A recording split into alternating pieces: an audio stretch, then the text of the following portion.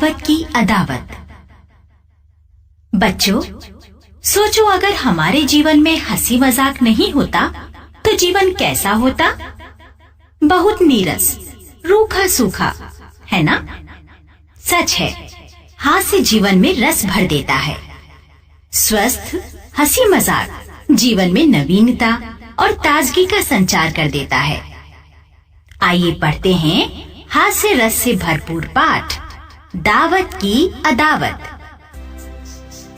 यह मैंने आज ही जाना कि जिस सड़क पर 1 फुट धूल की परत चढ़ी हो वो फिर भी पक्की सड़क कहला सकती है। पर मेरे दोस्त झूठ बोलेंगे नहीं। उन्होंने कहा था कि पक्की सड़क है, साइकिल उठाना, आराम से चले आना। धूल भी ऐसी वैसी नहीं, मैदे की तरह बारीक होने के कारण उड़ने में हवा से बाजी मारती थी। मेरी नाक को तो उसने अपने बाप का घर समझ लिया था। जितनी धूल इस समय मेरे बालों में और कपड़ों पर जमा हो गई थी, उतनी से ब्रह्मा नाम का कुम्हार मेरे ही जैसा एक और मिट्टी का पुतला गढ़ देता। 5 मील का रास्ता मेरे लिए सहारा रेगिस्तान हो गया। मेरी साइकिल पग पग पर धूल में फंसकर खुद भी धूल में मिल जाना चाहती थी। मैंने इतनी धूल फांक ली थी कि अपने फेफड़ों को इस समय बाहर निकाल कर रख देता तो देखने वाले समझते कि सीमेंट के बोरे हैं।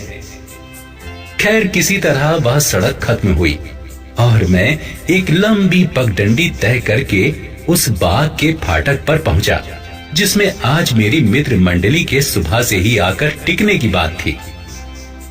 मैं बिल्कुल पस्त हो गया था।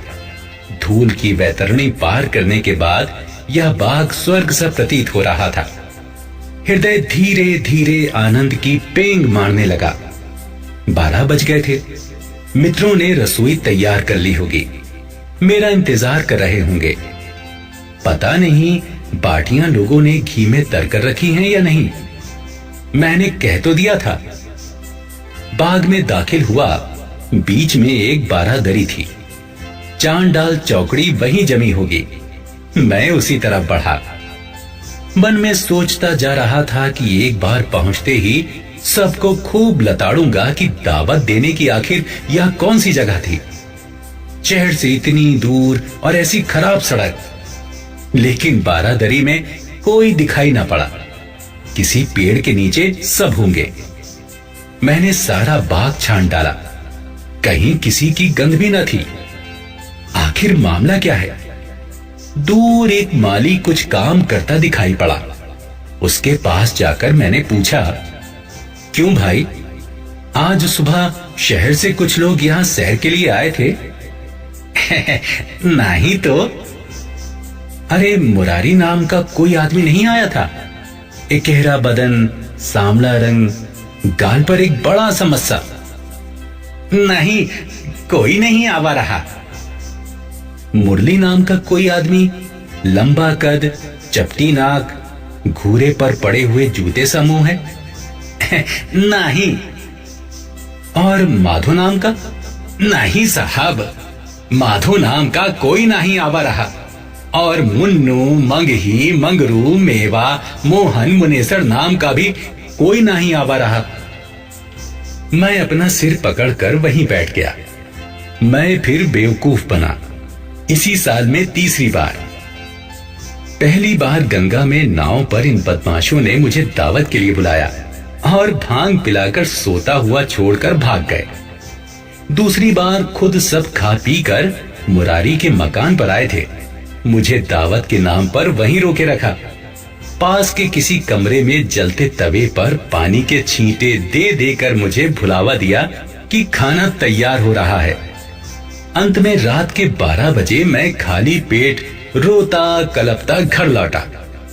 और आज यह 3री बार। गर्मी का दिन, दोपहर का समय, शहर से कोसों दूर और ऐसी खराब सड़क। रोता झींकता मैं उसी पक्की सड़क से लौटा। मैं था साइकिल पर सवार, पर यदि साइकिल ही मेरे ऊपर सवार होती तब भी आगे बढ़ने में मुझे इससे अधिक जोर न लगाना पड़ता। धूप की तेजी के साथ साथ हवा भी तेज हो गई थी। मैं थकावट और भूख से मरा जा रहा था, पर इस समय मुझे सिर्फ एक ही धुन थी, मुरारी को पकड़कर पीटने की। वही ऐसी शरारतों का आविष्कारक और सूत्रधार होता है। मैं सीधा मुरारी के मकान पर पहुंचा। उसके छोटे भाई से भेंट हुई। मैंने पूछा, मुरारी है? नहीं। कहाँ गया? मैं नहीं जानता। मर गया हो तो साफ साफ बता दो, मैं हंसी खुशी घर जाऊं। आप बहुत थके मांदे जान पड़ते हैं, जल पीजिएगा। मैं इस समय मुरारी के खून का प्यासा हूं, आए तो उससे कह देना। पास ही में मुरली का मकान था, वहां गया, वह भी ना मिला। माधव से भी भेंट ना हुई। मैं समझ गया कि सबके सब जानबूझकर कहीं छिपे हुए हैं। या तो वे सब जानते ही होंगे कि इस समय मैं बनेले सुअर से भी ज्यादा खतरनाक हो रहा था। मैं अपने मकान की ओर चला। रास्ते में पंडित नेकी राम से भेंट हो गई। वे इसी जिले में राहुलगंज नामक रेलवे स्टेशन के स्टेशन मास्टर थे। मेरा कुछ एहसान उनके ऊपर था, इससे मेरा लिहाज करते थे। नमस्कार के बाद मैंने पूछा, कहिए कहां जा रहे हैं? 2 महीने की छुट्टी मांगी थी जो मंजूर हो गई है। 1 हफ्ते में घर जाने वाला हूं। आज कुछ सामान खरीदने शहर आया था। आप तो कभी आते ही नहीं। कई बार प्रार्थना की कि रात वहीं बसेरा कीजिए। अच्छा, आऊंगा। हो सका तो आपके जाने से पहले। उस समय मैं भूखा प्यासा था, अधिक बातें नहीं कर सकता था। मैं किसी तरह गिरता पड़ता घर पहुंचा। 3 दिन तक मुरारी, मुरली, माधो या मोहन किसी की सूरत न दिखी। चौथे दिन सब के सब एक साथ ही मेरे मकान पर आए। पूर्व इसके कि मेरा पारा चढ़े, उन सब ने हंसना शुरू किया और ईश्वर झूठ न कहलाए 15 मिनट तक लगातार हंसते ही रहे। मैं खड़ा दांत पीसता रहा। मुरारी ने हंसते हुए कहा, देखो, जब तक तुम हम लोगों को एक दावत ना दोगे, तब तक हम लोग तुम्हें इसी तरह बेवकूफ बनाकर छकाया करेंगे। किसी तरह अपना गुस्सा पीते हुए मैंने कहा, अपने घर पर तो मैं तुम लोगों को दावत दे नहीं सकता। मेरी पत्नी तुम लोगों को समाज की तलछट समझती हैं। राहुलगंज चलोगे?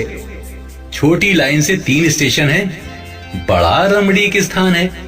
वहां के स्टेशन मास्टर मेरे मित्र हैं, दावत का सारा प्रबंध कर रखेंगे। मेरी यह राय सबको पसंद आई। अगले दिन ही वहां चलने की पक्की ठहरी। दूसरे दिन शाम को 5 बजे की गाड़ी से हम लोग रवाना हुए और 6 बजते बजते राहुलगंज पहुंच गए।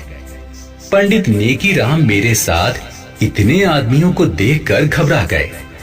उन्हें अलग ले जाकर मैंने उनसे कुछ बातें की। वे हंसकर चुप रहे। मैंने पूछा, आप कल सुबह जा रहे हैं? कल सुबह नहीं, बल्कि आज ही रात 3 बजे की गाड़ी से। मेरी जगह काम करने वाले आ गए हैं। कल से मेरी छुट्टी शुरू होगी। इधर मुरारी और मोहन में बहस हो रही थी कि आसन कहां जमाया जाए। मुरारी प्लेटफॉर्म पर ही दरी बिछाकर बैठना चाहता था। मोहन की राय थी कि सामने कुएं की जगह पर बैठक जमे, पर मैंने जो राय दी वह अपनी नवीनता के कारण सबको पसंद आई। स्टेशन के बिल्कुल समीप और रेल की पटरियों से कुछ दूरी पर पानी की टंकी थी। जमीन से करीब 90 फुट की ऊंचाई पर यह लोहे के खंभों के ऊपर बिठाई हुई थी। चढ़ने के लिए साथ में लोहे की पतली सीढ़ी रखी थी। टंकी ऊपर से ढकी हुई थी। मैंने कहा कि क्यों न इस टंकी पर चढ़कर बैठा जाए। चांदनी रात में बड़ा मजा रहेगा। चारों ओर से हवादार जगह, फिर नीचे से पानी की तरी। पास में पेड़ों का झुरमुट होने के कारण कोई देखेगा भी नहीं। टंकी पर एक दरी बिछा दी गई और मित्र मंडली उस पर जा धमकी भेजा गया। पंडित नेकी राम अपने कमरे में स्टेशन पर बैठे हुए थे। मैंने जाकर कहा, पंडित जी, अब कोई आदमी दीजिए जो सीढ़ी गिराने में मेरी मदद करे, लेकिन पहले एक घड़ा पानी पीने के लिए ऊपर रखवा दीजिए, गर्मी बहुत है। पंडित जी ने अपना नौकर मेरे साथ किया। नौकर पानी का घड़ा लेकर टंकी पर चढ़ा तो दोस्तों ने समझा कि अब खाना भी आता होगा, लेकिन नौकर ने उतरकर मेरी मदद से लोहे की सीढ़ी खिसकाकर धीरे से नीचे गिरा दी। मैं नीचे बैठकर तमाशा देखने लगा। करीब आधा घंटा लोगों ने प्रतीक्षा की। फिर यह राय हुई कि कोई नीचे उतरकर देखे कि भोजन पहुंचने में देर क्यों हो रही है। मुरारी नीचे आने के लिए खड़ा हुआ, पर यह क्या, सीढ़ी कहां गायब हो गई। मुरारी ने झुककर देखा तो सीढ़ी जमीन पर गिरी दिखाई पड़ी। उस छोटी सी दुनिया में जो इस समय पानी की टंकी पर स्थित थी, एक क्रांति सी पैदा हो गई। मुझे अभी तक इसका खेद है। काफी प्रकाश न होने के कारण मैं अपने मित्रों का चेहरा अच्छी तरह नहीं देख पाया था। हाँ, काफी शोर सुनाई पड़ रहा था। मैंने नीचे से पूछा, क्या है मुरारी, क्यों शोर कर रहे हो? अजी, यहाँ की सीढ़ी कैसे गिर गई? हम लोग नीचे कैसे उतरेंगे? नीचे उतरने की जरूरत क्या है? अब सवेरे नीचे उतरना, बड़े भाग्य से ऐसा उच्च स्थान प्राप्त होता है। देखो, चांदनी खिली हुई है, शीतल मंद सुगंध बयार बह रही है, ऊपर निर्मल निरभ्र आकाश का वितान है, नीचे हरी भरी पृथ्वी का प्रसार है। मनोरम दृश्य है। कविता करो या कहानी कहो, रात कट जाएगी। सोचो कि इस समय तुम लोग स्वर्ग के कितने निकट हो। मैंने पंडित नेकी राम के नौकर से कह दिया था। वह एक हाथ में लालटेन और दूसरे में मेरे लिए थाली लिए आ पहुंचा। मैं वहीं बैठकर खाने लगा। मोहन ने ऊपर से पूछा, अजी हम लोग क्या खाएंगे? यह कचौड़ी बड़ी लाजवाब बनी है, कहो तो मैं एक टुकड़ा तुम लोगों को देखने के लिए ऊपर फेंकूं? इसका मुझे कोई उत्तर ना मिला, पर करहाने की आवाज मुझे साफ सुनाई दी। मैंने फिर कहा, अजी रबड़ी की खुशबू से तो दिल हरा हो गया। तुम लोगों तक इसकी खुशबू पहुंच रही है या नहीं? इस बार भी मुझे कोई उत्तर ना मिला। मैंने अपनी निगाह ऊपर उठाई। आपने अंधेरे में किसी बिल्ली की आंखें चमकती हुई देखी हैं? ठीक उसी तरह की 4 जोड़ी आंखें टंकी के ऊपर से मेरी ओर आंख फेंक रही थीं। खाना खत्म करके मैं वहां से चलने लगा।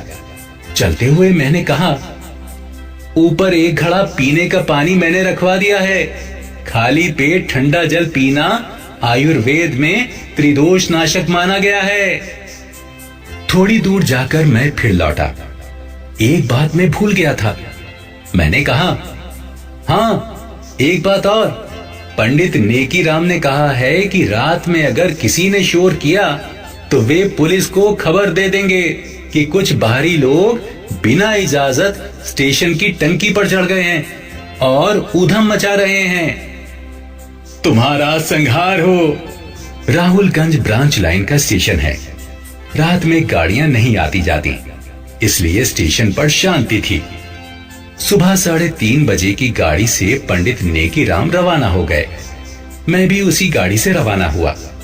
पंडित जी ने नए स्टेशन मास्टर से, जो उनके मित्र थे, चलते समय कह दिया कि कुछ मेहमान पानी की टंकी पर सो रहे हैं। इन्हें सुबह 6 बजे की गाड़ी के समय से पहले ही सीढ़ी लगाकर उतार दीजिएगा। घर आकर मैं कई दिन तक बाहर नहीं निकला। मुरारी वगैरह आते थे और हाथ मलकर लौट जाते थे, क्योंकि मैं घर पर ही नहीं होता था। इतनी मजेदार कहानी थी ना।